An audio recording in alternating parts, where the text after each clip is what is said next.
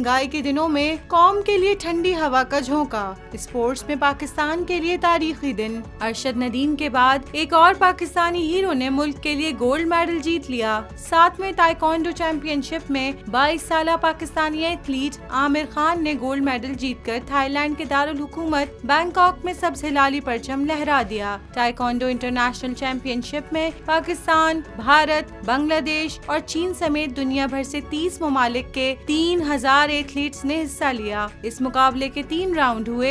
आमिर खान ने पहले राउंड में भारत, दूसरे में नेपाल, जबकि तीसरे और फाइनल राउंड में सवात के इस नौजवान ने फिलिपाइन के खिलाड़ी को शिकस्त दी।